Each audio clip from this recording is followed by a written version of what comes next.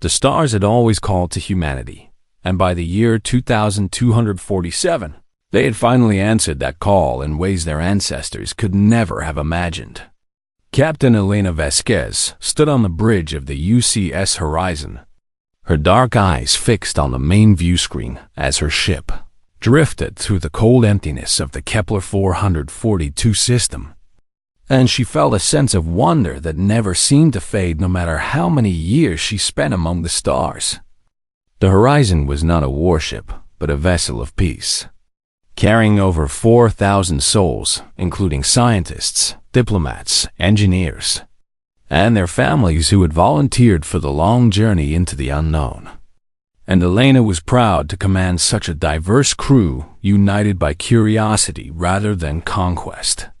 "Captain, we are detecting multiple energy signatures at the edge of the system," Lieutenant Chen reported from his station, his voice carrying a hint of excitement that was impossible to hide.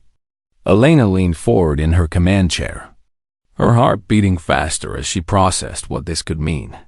For humanity had searched the cosmos for centuries, hoping to find proof that they were not alone. And now that proof might finally be within reach. "Can you identify the source?"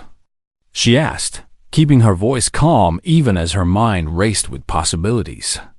"Negative, Captain, but the signatures are definitely artificial in origin, and they are moving toward us at considerable speed," Chun replied, his fingers dancing across his console as he worked to gather more data.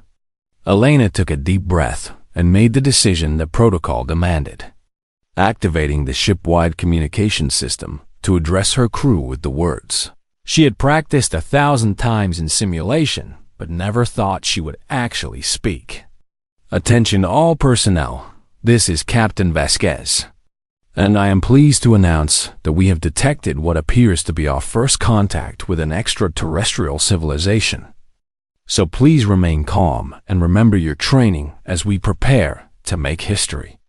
The bridge erupted in controlled chaos as officers rushed to their stations, each one knowing exactly what their role would be in this momentous occasion. And Elena felt pride swelling in her chest as she watched her crew perform flawlessly. She ordered all weapon systems to remain powered down, all shields to stay inactive, and all communication channels to broadcast the universal greeting that Earth's greatest linguists and mathematicians had designed specifically for this moment. A message of peace and friendship encoded in the language of mathematics that any intelligent species should be able to understand. The alien fleet grew closer, and Elena could now see them clearly on the view screen. A dozen massive vessels of a design unlike anything human engineers had ever conceived, with sharp angular hulls that seemed to absorb light rather than reflect it, and weapon ports that glowed with an ominous red energy.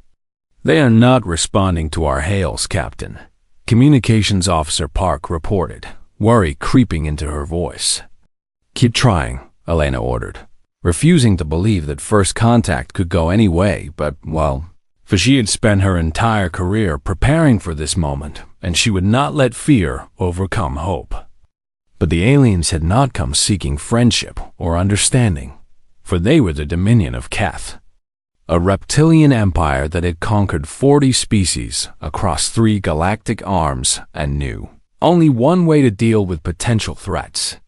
Supreme Commander Vector sat aboard his flagship, the Crushing Tide, watching the strange alien vessel with cold, calculating eyes that had witnessed the subjugation of countless worlds. And he felt nothing but contempt for the primitive creatures who dared to broadcast their weakness so openly. "What manner of fools are these?" he hissed to his subordinates, his forked tongue flicking out to taste the recycled air of his command center. "They appear to be attempting communication, Supreme Commander," one of his officers replied, "and their weapons and shields are completely inactive." Vector let out a sound that passed for laughter among his species, a harsh rasping noise that sent chills down the spines of even his own crew. For the Supreme Commander was not known for mercy or hesitation. "They present themselves to us like prey begging to be devoured, so let us not disappoint them," he commanded, raising one clawed hand in the gesture that would seal the fate of 4,000 innocent souls. On the horizon, Elena had only a moment to realize what was happening as the alien vessel suddenly lit up with weapons fire, plasma bolts and energy beams streaking across the void toward her defenseless ship. "All hands, brace for impact." She screamed, but she knew even as the words left her mouth that there would be no surviving this attack, no escape from the overwhelming firepower that was about to tear her ship apart. The first volley struck the horizon amidships, and Elena was thrown from her chair as explosions ripped through the hull, killing dozens instantly and sending the ship spinning into an uncontrolled tumble. She struggled to her feet, blood running down her face from a gash on her forehead, and she saw her bridge crew lying dead or dying around her, their dreams of peaceful contact shattered along with their bodies. "Why?" she whispered, unable to comprehend the cruelty of beings who would attack without provocation or warning, who would destroy a ship that had offered nothing but friendship. The second volley finished what the first had started, and the UCS horizon exploded in a brilliant flash of light that was visible from millions of kilometers away, taking with it 4,200 men, women, and children who had committed no crime, except believing that the universe might be a place where different species could coexist in peace. Aboard the crushing tide, Supreme Commander Vector watched the destruction with satisfaction. Another potential threat eliminated before it could grow into something dangerous. And he immediately ordered his fleet to set course for the aliens' homeworld. These creatures call themselves humans, one of his officers reported after analyzing the wreckage. And their homeworld is a small blue planet in a nearby system they call Earth. "Then Earth shall be our next conquest," Vector declared, already imagining the glory he would receive for bringing another species to heel beneath the Dominion's claws. But Vector had made a terrible miscalculation, one that would cost his empire everything.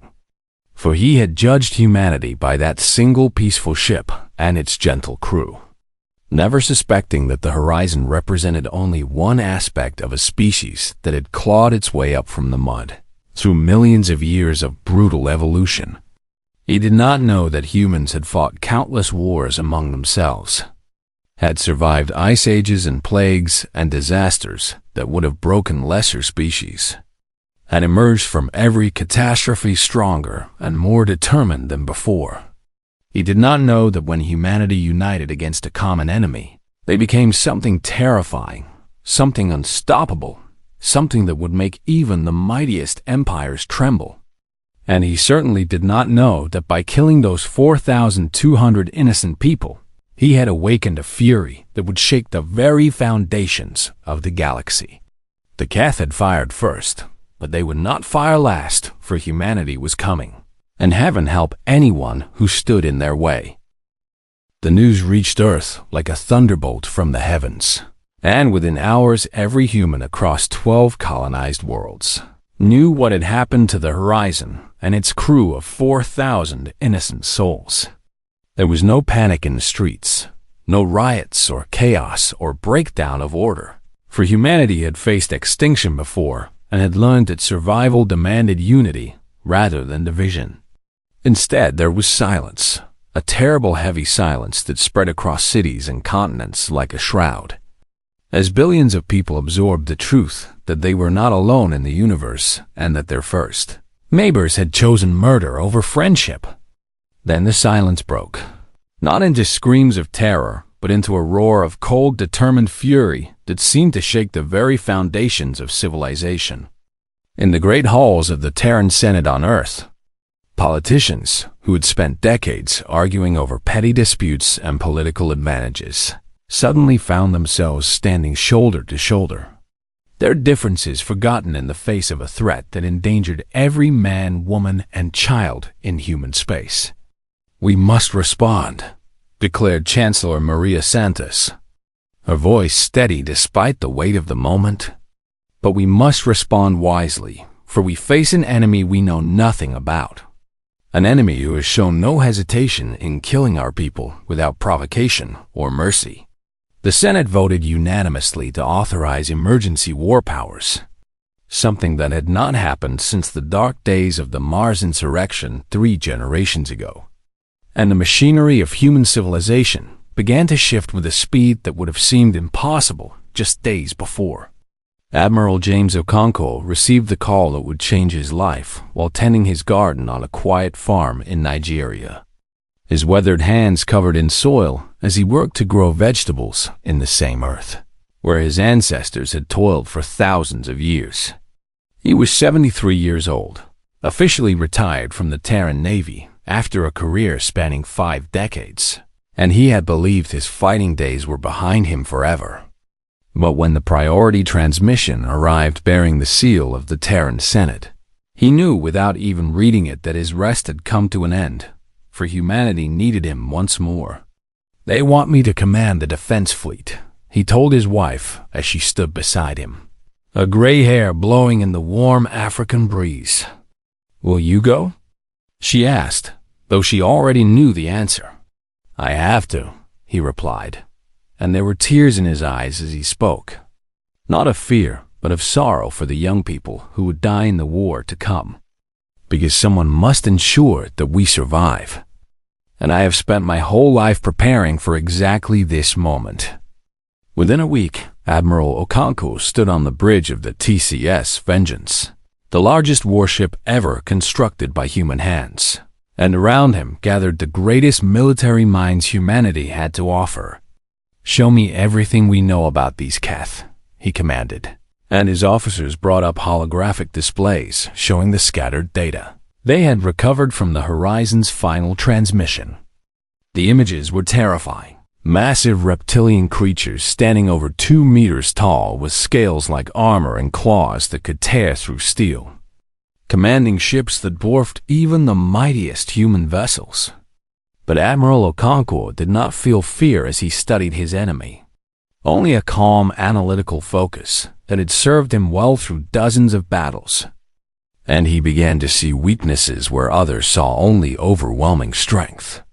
"Their weapons are powerful, but their tactics are crude," he observed, pointing to the recordings of the attack, "for they rely on superior firepower rather than strategic thinking, which tells me they have never faced an enemy capable of matching them." His officers nodded, hope beginning to kindle in their eyes as they realized their commander was not planning to simply defend against the Keth but to defeat them utterly.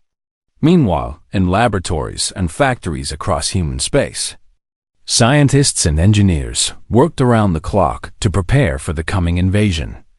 Their efforts fueled by grief and rage and an unshakable determination to protect their species.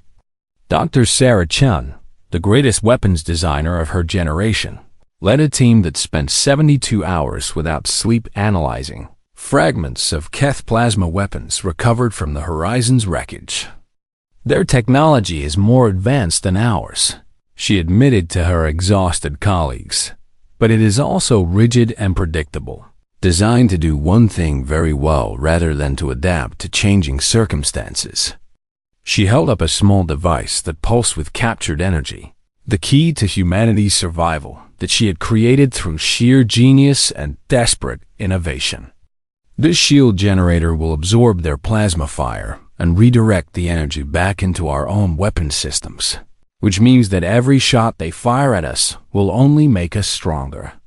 Her team stared at her in amazement, scarcely able to believe what she was telling them, but the test results proved her claims beyond any doubt. Across the 12 colonies, civilian volunteers flooded recruitment centers by the millions. Men and women of every age and background, united by a single burning desire to defend their homes and avenge their fallen countrymen.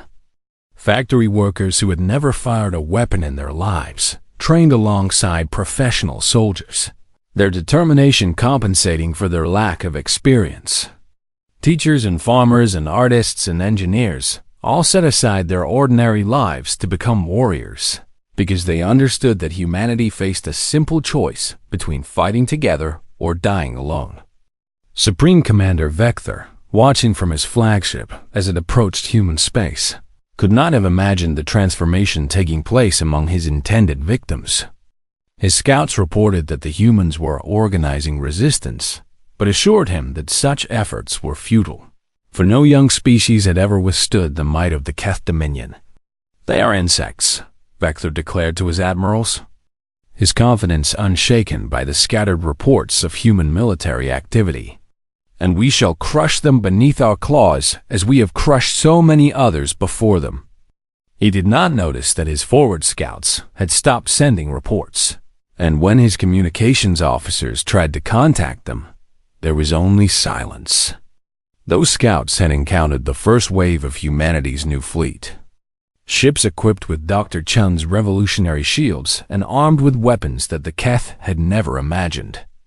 And they had been destroyed so quickly that they never had time to send a warning.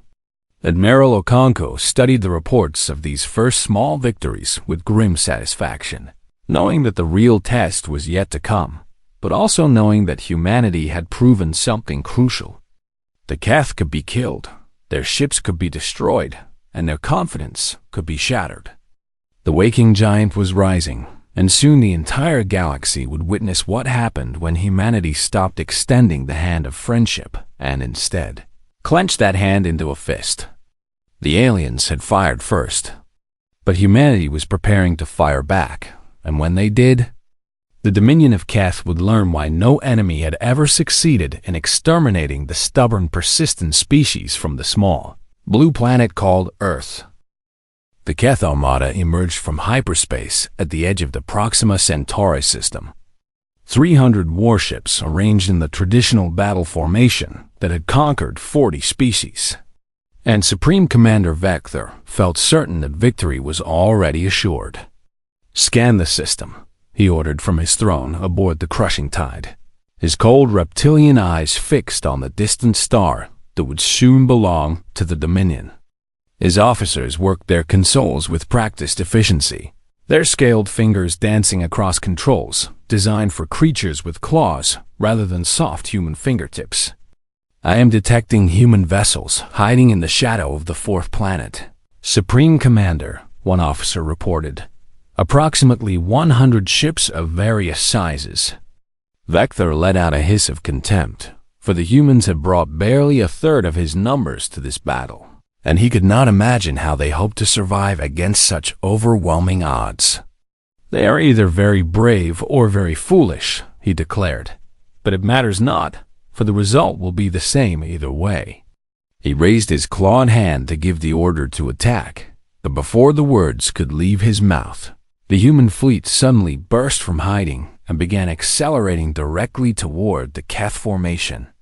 Admiral Okonkwo stood on the bridge of the Vengeance, watching the Keth Armada grow larger on his view screen, and he felt no fear despite the impossible odds they faced. "All ships, execute maneuver pattern Alpha 7, he commanded, his voice calm and steady as it had been every battle of his long career. The Terran fleet responded with perfect precision, breaking into small groups that scattered across the battlefield like seeds thrown by a farmer's hand. Vector watched in confusion as the human ships dispersed rather than forming a defensive line, their movements chaotic and unpredictable in ways that made no sense according to Keth military doctrine. "What are they doing?" he demanded of his tactical officers. "I do not know, Supreme Commander," came the hesitant reply, "for their movements follow no pattern we recognize." "It matters not," Vector growled, "for superior firepower will always triumph over clever tricks, so all ships concentrate fire on the nearest enemy vessels." The Keth opened fire, hundreds of plasma cannons unleashing destruction across the void. But the human ships danced away from the attacks like leaves in the wind, their smaller size and superior maneuverability allowing them to dodge fire that would have annihilated larger vessels. And when the plasma bolts did connect, something impossible happened. The human shields absorbed the energy instead of collapsing under the assault, and the attacking vessels actually seemed to grow stronger with each hit they took. "Impossible!" Vector roared as he watched a human cruiser take a direct hit from his. flagship's main cannon only to emerge undamaged and return fire with weapons that burned white-hot with redirected energy. The counterattack tore through a Keth destroyer like it was made of paper, the massive warship exploding in a fireball that momentarily blinded sensors across the battlefield. What followed was not the quick slaughter Vector had anticipated, but a brutal grinding battle that lasted for 11 days and nights, with neither side willing to retreat and both sides suffering terrible losses. The humans fought with a ferocity that the Keth had never encountered, throwing themselves into combat without any apparent concern for their own survival. When their ships were crippled, the human crews did not surrender, but instead piloted their dying vessels directly into enemy formations, sacrificing themselves to take their killers with them. Vector could not comprehend this behavior, for the Keth valued self-preservation above all else and would never waste their lives in such a manner. Why could they not flee? He demanded of his officers, genuine bewilderment mixing with his rage. Unknown, Supreme Commander, but their tactics are devastating our formation. On the fourth day of battle, Captain Marcus Rodriguez of the TCS Defiance found his ship surrounded by 3 Keth cruisers, his weapons drained and his shields failing. His crew looked to him for orders, and he saw fear in their eyes, but also determination, the same steel-hard resolve that had carried humanity through every crisis in their long, bloody history. Navigation, plot a collision course for the enemy flagship, he commanded, his voice steady despite knowing what he was asking of them. Captain, such a course would be suicidal, his first officer replied. I know, Rodriguez said, but if we can take out their command ship, we change the entire battle. So I am asking for volunteers only. Every single member of his crew volunteered, not one of them hesitating for even a moment. And Captain Rodriguez felt tears streaming down his face as he realized how proud he was to serve with such heroes. The Defiance accelerated to maximum speed, its damaged engines screaming in protest as the small frigate hurtled toward the crushing tide like a bullet fired from a gun. Vector saw the attack coming but could not believe what he was witnessing, for no sane creature would deliberately destroy themselves just to harm an enemy. Destroy that ship, he screamed at his weapons officers.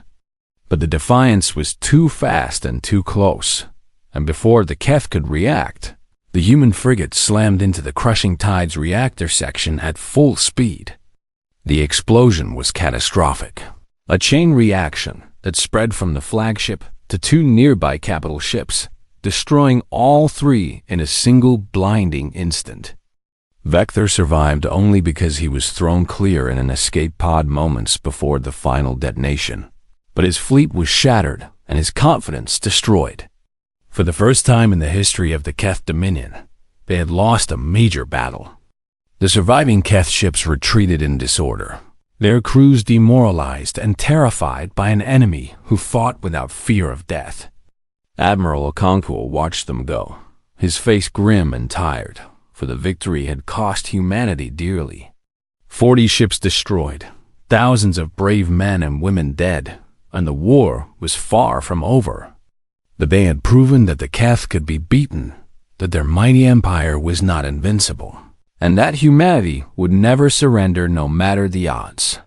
Send a message to Earth, he ordered his communications officer. Tell them we have won the first major engagement, and that we will continue fighting until the enemy is defeated, or until the last human being draws their final breath. There was no celebration among the survivors, only quiet prayers for the fallen and grim preparation for the battles yet to come. The siege of Proxima was over, but the real war was just beginning, and humanity was ready to take the fight to the enemy's doorstep. 3 months after the Battle of Proxima, humanity launched the most ambitious military operation in the history of their species. A coordinated assault on the Keth homeworld that would either end the war or doom them all.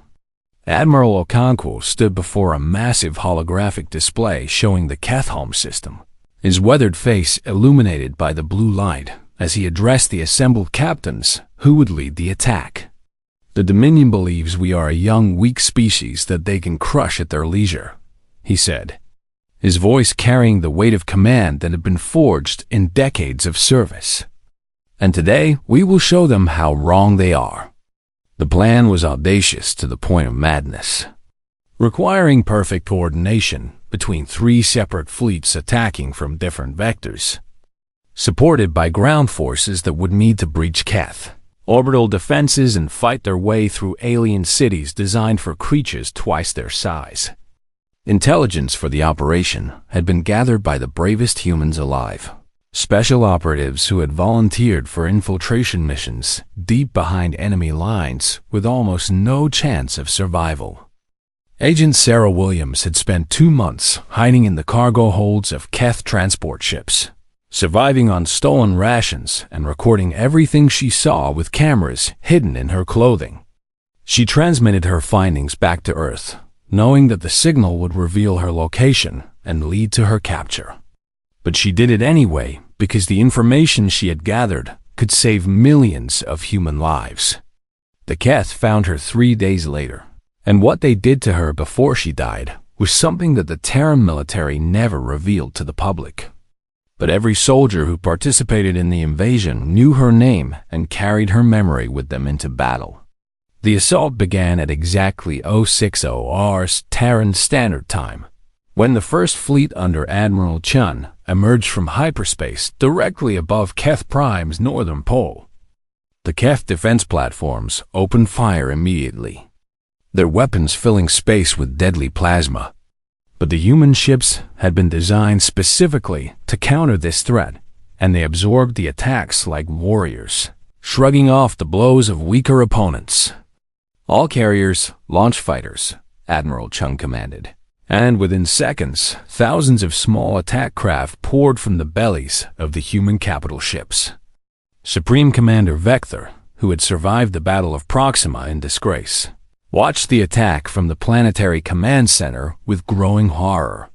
He had warned the High Council that the humans were more dangerous than they appeared, but they had dismissed his concerns as the excuses of a failed commander. Now his warnings were proving tragically accurate. The Second Fleet struck from the eastern approach, catching the Keth reinforcements in a devastating crossfire that destroyed a dozen enemy ships in the first minutes of engagement. And the Third Fleet, led by Admiral Okonkwo himself aboard the newly commissioned TCS Horizon 2, named in honor of the ship whose destruction had started the war, attacked the Keth orbital stations that protected the planet's surface. "Marines, prepare for orbital drop," Okonkwo ordered. And across his fleet, thousands of soldiers sealed their combat armor and climbed into drop pods. These were the finest warriors humanity had ever produced. Men and women who had trained their entire lives for exactly this kind of impossible mission. Sergeant Michael Torres was one of them, a veteran of the Mars insurrection who had come out of retirement just like Admiral Okonkwo because his species needed him. "Remember what they did to the Horizon," he told his squad as they waited for the drop order. "Remember all our people who died because the Keth decided we did not deserve to live, and make them regret that decision." The drop pods launched, screaming through the atmosphere like meteors, and the soldiers inside felt their stomachs lurch as they plummeted toward an alien world that no human had ever set foot on. Torres was the first to hit the ground, his pod slamming into a Keth city street with enough force to crack the pavement, and he burst out with his weapon blazing before the dust had even settled. The Keth defenders were massive and terrifying, their scales deflecting small arms fire and their claws capable of tearing through standard armor. But the human Marines had been equipped with powered exoskeletons that made them the physical equals of their enemies. Fighting raged through the streets of the Keth capital, with humans and aliens clashing in brutal close combat that left both sides bleeding. Torres watched one of his squad mates, Private Chun, take a Keth claw through the chest. But instead of falling, the young soldier grabbed his killer and activated the grenade on his belt, taking the alien with him in a final act of defiance. "They will never stop. Vector whispered as he watched the reports flooding into his command center. "No matter how many we kill, more will come.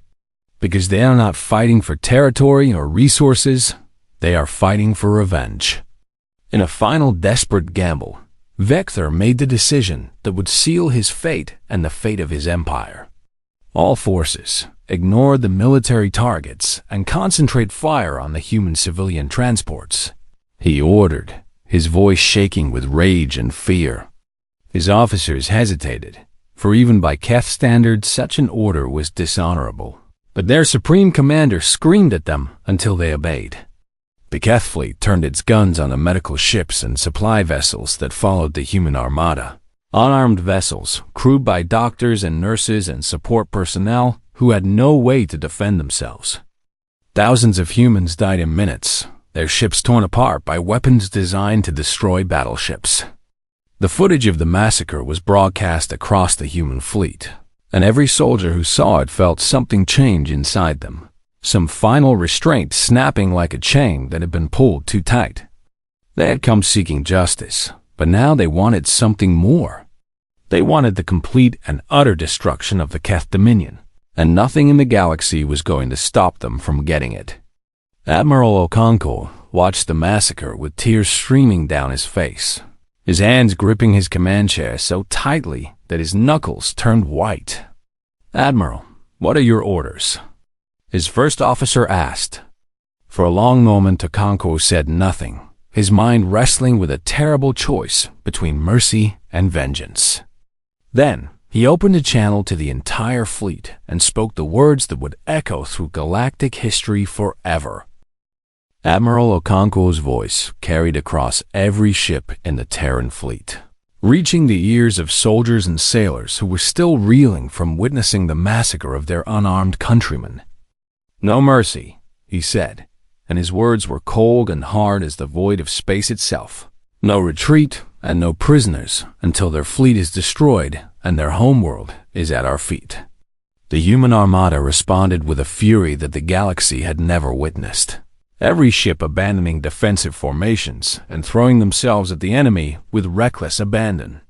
Pilots who had been trained to fight conservatively now attacked with suicidal aggression, ramming their fighters into Keth capital ships when their weapons ran empty.